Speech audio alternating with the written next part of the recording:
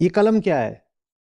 सोचो, आदि मानव को लिखना है या कोई संकेत उसको बनाना है पेड़ के तने पर, पेड़ के तने पर उसे संकेत बनाना है, या अपनी गुफा की दीवार पर उसे कुछ संकेत बनाना है।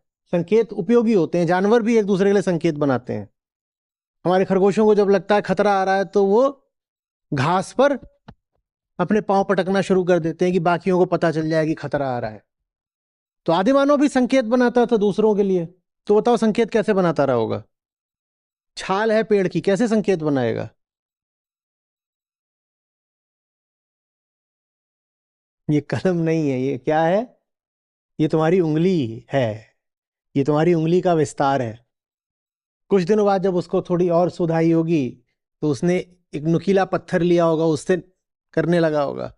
पर नुकीला पत्थर भी क्या था? पहला निशान उसने किस चीज से बनाया होगा? इस उंगली से। इसीलिए तुम्हारे पास ये नुकीले नाखून होते हैं। अब समझ में आ रहा है ये कैसा है? ये नुकीला। और ये नाखून भी कैसे होते हैं? समझ में आ रहा है? अब ये कलम क्या है? ये तुम्हारी उंगली है। तुम्हारा पूरा जगत बिल्कुल तुम्हारे ही जैसा है। तुमने कुछ भी ऐसा नहीं बनाया है तुमसे अलग हो।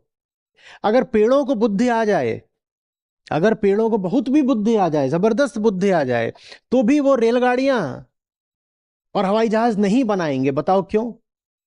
पेड़ों को बहुत बुद्धि आ जाए, सारा उनको तकनीकी ज्ञान हो जाए, तो भी वो रेलगाड़ियां और हवाई जहाज नहीं बनाएंगे। बताओ क्यों नहीं बनाएंगे?